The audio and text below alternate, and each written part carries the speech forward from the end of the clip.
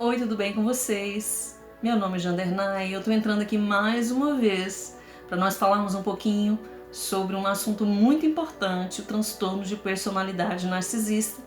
E eu quero dar continuidade a um assunto do vídeo anterior que eu estava falando sobre o Hoover e sobre minhas péssimas experiências, né, com essa estratégia usada pelo narcisista.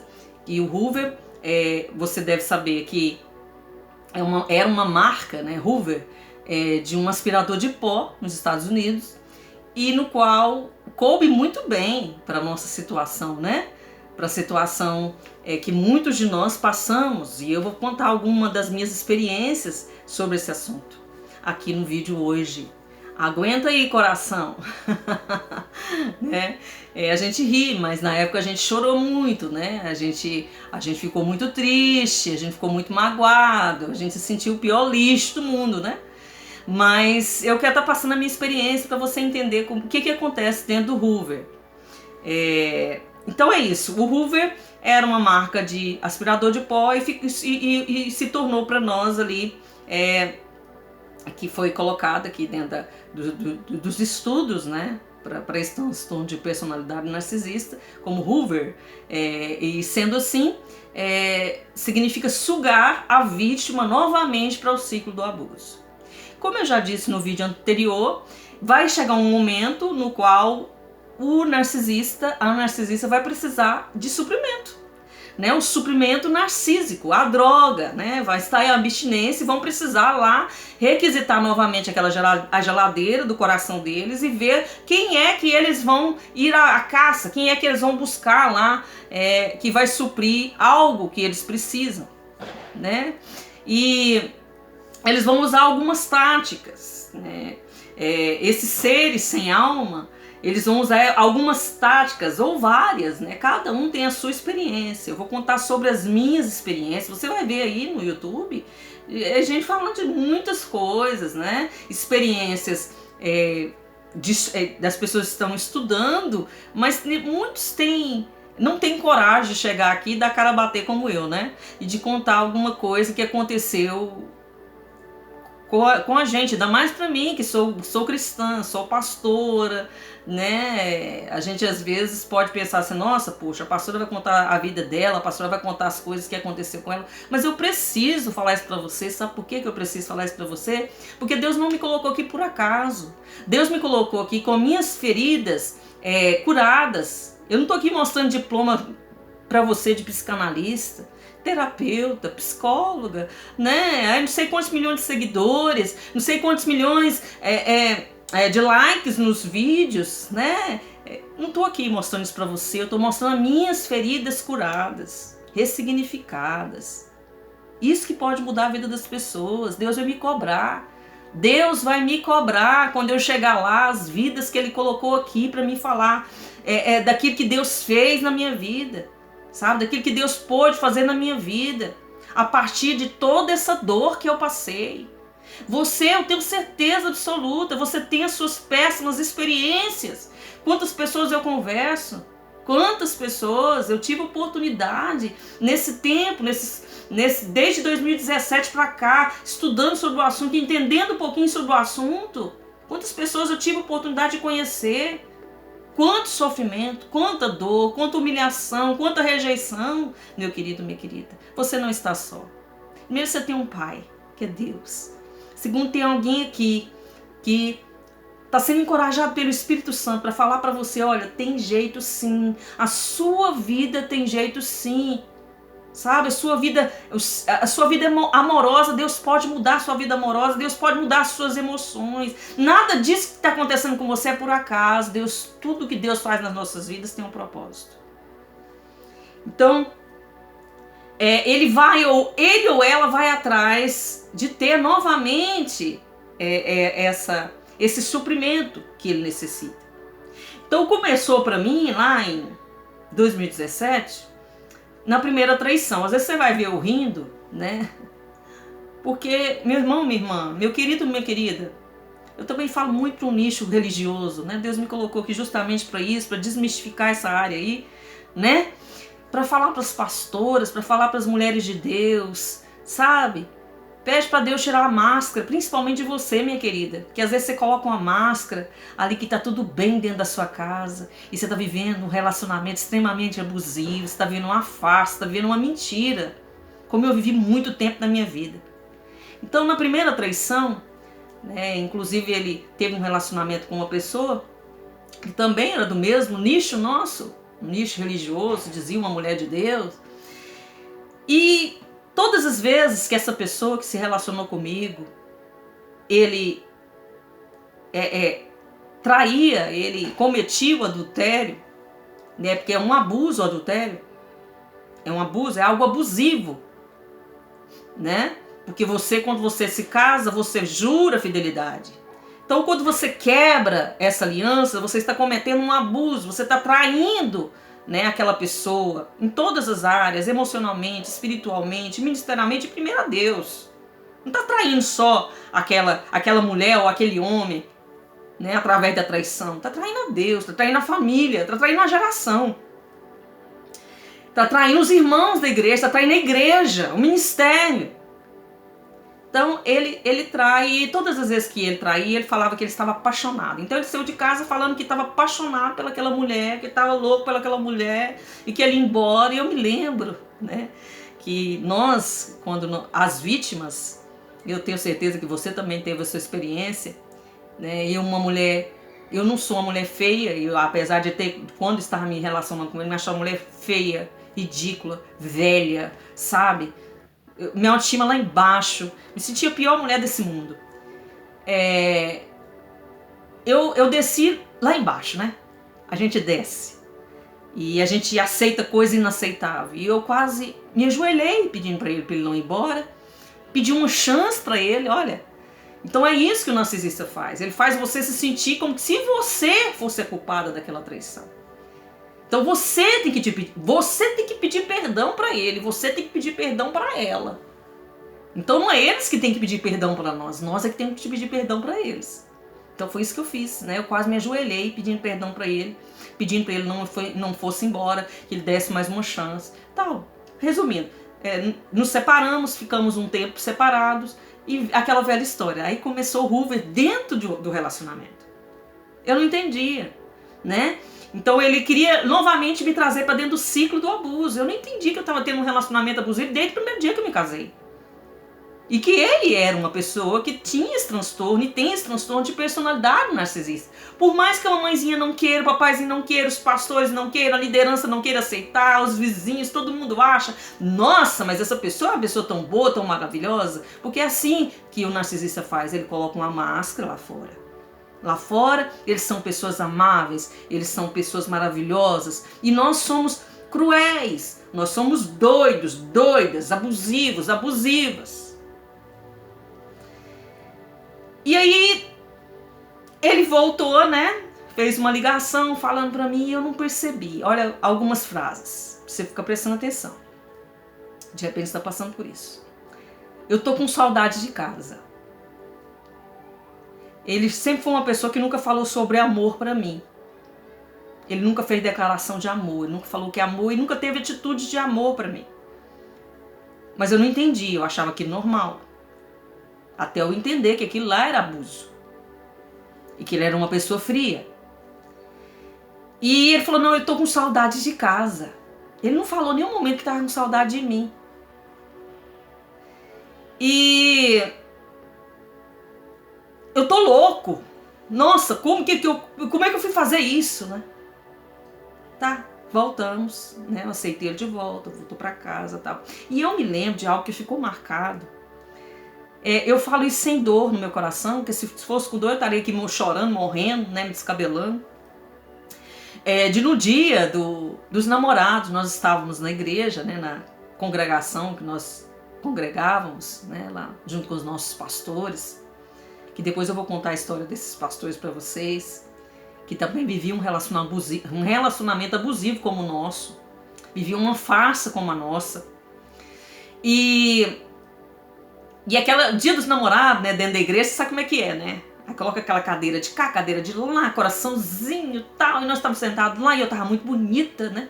Tava muito bonita, porque quando a gente se separa, às vezes, né, parece que a gente se cuida, né, mas parece que a gente se enxerga, e eu tava separada aqueles dias, voltei, tava, né, e tá, sentamos lá, tiramos uma foto, e ele, com aquele sorriso, né, mostrando pra todo mundo, nossa, eu sou apaixonado por ela, por essa mulher, né, e nós tiramos aquela foto e tal. Chegando em casa, né, eu, por acaso, peguei o celular dele, tava lá ele mandando uma mensagem pra mulher que ele tinha falado que ele já tinha separado dela, que ele não tinha mais nada com ela, que ele era um louco, o que ele tava fazendo, né? Que era, no caso, que hoje a gente entende que é o suprimento secundário. Eu era o suprimento primário. Eu era a esposa, ela era a amante, né? E que ela também não deixa de ser uma vítima. Quem tava adulterando era ele, né? Ele sabia, quem tinha uma aliança comigo era ele, não era ela. Ele que tinha que manter a aliança, não era ela. Apesar também dela ser casada. Então era dois traindo, né? Ela traindo o marido dela e ele traindo, no caso eu. Desculpa. E aí ele pegou e tomou essa atitude de... Eu fui olhar o celular e o celular estava escrito lá: eu te amo, tô morrendo de saudade de você, né? Feliz dia dos namorados, tô louco pra te ver, e bababá, bababá, bababá, né? Aquela mesma história, aquela mesma mentira, porque o narcisista vive numa farsa, né? Ele vai jurar pra você de pé junto no Hoover que ele te ama, ele vai vir atrás de você, ele vai te mandar flores, ele vai vir atrás de você, ele vai te dar presente, ele vai te dar dinheiro, ele vai pagar suas contas, ele vai vir atrás de você, ele vai te levar pra passear, ele vai vir atrás de você, ele vai fazer declaração de amor, ele vai te prometer, ele vai te jurar que vai mudar de vida. Eu mudei de vida. Ele falava isso direto pra mim: eu mudei, eu tô mudado, eu sou outro homem, eu sou um homem de Deus agora, eu sou um homem de Deus agora. Só que não. Só no primeiro dia. No outro dia, às vezes, né, nessa época que depois aconteceram várias coisas, já até a gente chegar na época do divórcio, né, de eu pedir o divórcio, que eu já não estava aguentando mais, tanta mentira, tanta traição, tanto adultério. E eu me lembro que depois desse tempo todo eu entro com o divórcio e ele vem atrás de mim 3 meses antes do divórcio, né? 3 meses antes do divórcio, e fala assim pra mim: desisto do divórcio, desisto do divórcio. Aí eu tô falando isso com a cara tão mal lavada, né? Como se eu fosse assim uma mulher tão volátil, uma mulher tão volúvel, uma mulher assim tão... Não, mas realmente é assim, a gente se sente assim, a gente se torna assim. A gente aceita realmente as migalhas. A gente é condicionado a se tornar capacho. A gente é condicionado a se tornar lixo na mão desse homem, na mão dessa mulher. É realmente assim mesmo, sem tirar nem pôr. Então eu tô aqui contando a verdade pra você, daquilo que eu me submeti, daquilo que eu aguentei. Porque a vítima também é uma viciada. A vítima também passa por abstinência. Ela é uma dependente daquela pessoa. E 3 meses antes do casamento, tudo aquela história, me liga e jura e tal, não, vamos voltar, fala, sabe? Faz aquela coisa toda e tá bom, eu vou desistir lá do divórcio. Tudo. Passa uns dias, aí é assim, num dia prometo, no outro dia some. Alguém, né, que nós chamamos de macaco voador, me manda uma foto. Que pastora! Ele sentiu prazer nessa pessoa. Que pastora, a foto lá do fulano, lá na igreja. Uai, tá com uma moça lá e a sua ex-sogra falando pra ela: meus amores, né? Tava a minha ex-sogra no meio, ele assim, ela assim, eles abraçados e tal. Então ali ele estava com outra amante dentro da igreja, no qual que seria também a igreja no qual nós saímos. Né? Que a mãe dele foi consagrada pastora, era a mesma placa denominacional da nossa igreja, dos nossos pastores. Então ele adulterou a primeira vez dentro da igreja, adulterou novamente dentro da igreja, todo mundo aceitou, todo mundo fez vista grossa, todo mundo fingiu que não viu. E ao ponto da minha sogra falar para ela: meus amores, para amante, meus amores. né? E aí, daí pra frente foi só ladeira abaixo, né? E aí foi só briga, tal, briga atrás de briga, e vai e volta, vai e não volta, e, né? E Hoover atrás de Hoover, até realmente a gente chegar ao dia do divórcio, né? Chegamos ao dia do divórcio, divorciamos, tal. Passou um tempo, né? Ele foi lá, foi viver com essa amante, né? Foi viver com essa amante, foi experimentar o amor, a paixão que ele tava por essa amante, porque todas as vezes que ele tá se relacionando com alguém, ele nunca falou que me amava, mas para todas as amantes ele falou que amava, né? Então é assim que o narcisista faz. Ele quer te matar por dentro. É a prioridade do narcisista, te matar por dentro. É destruir com o seu psicológico, é destruir com a sua alma, é destruir com o seu coração, é quebrar, fragmentar o seu coração. Fazer você se sentir a pior pessoa do mundo. E eu tive, infelizmente, de passar por essa experiência muito dolorosa dentro de mim por um longo tempo. Um longo tempo. Né? Tem gente que sai do relacionamento abusivo, já logo, né, já passa, supera, mas tem gente que o processo é mais longo. Porque são muitas coisas envolvidas. Para nós cristãos, não é só um relacionamento, é uma aliança, é um casamento, é algo que a gente fez um juramento diante de Deus, é uma igreja que a gente tem que dar,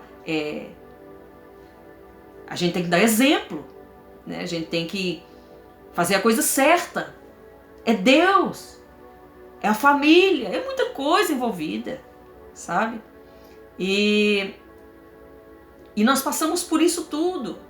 Né? E aí depois do divórcio, como a gente já aprendeu na educação, que narcisista sempre volta.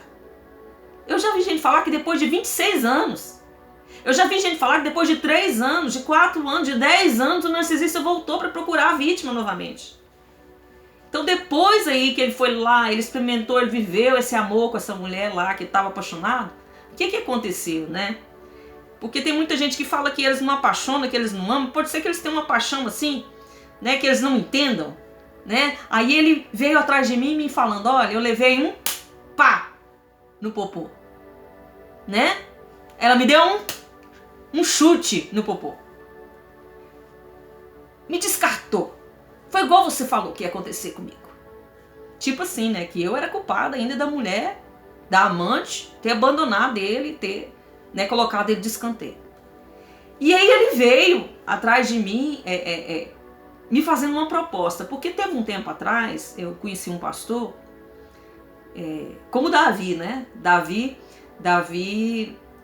ele era segundo o coração de Deus, por quê? Porque ele não praticou o mesmo pecado 2 vezes, ele não adulterou com Batseba, e depois adulterou com várias outras mulheres, ele adulterou com Batseba, né? Ele mandou matar o marido da mulher para ficar com a mulher que não era dele, fez toda aquela bagunça, toda aquela atrocidade, mas ele logo se consertou com Deus.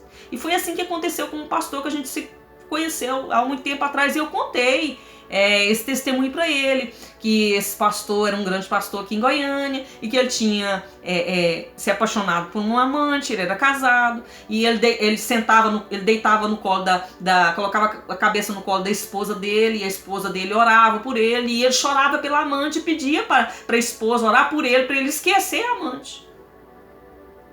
E ele veio contando isso para mim, tipo assim, que era para mim fazer o mesmo, que era para mim orar, pedindo para Deus arrancar do coração dele o amor pelaquela amante que ele estava, né? Para uma mulher mais nova, uma mulher que nós conhecíamos, que era uma mulher que não gostava de homem pobre, só gostava de homem rico, né? Que bancasse ela, então ele ia se frustrar, porque ele é pobre.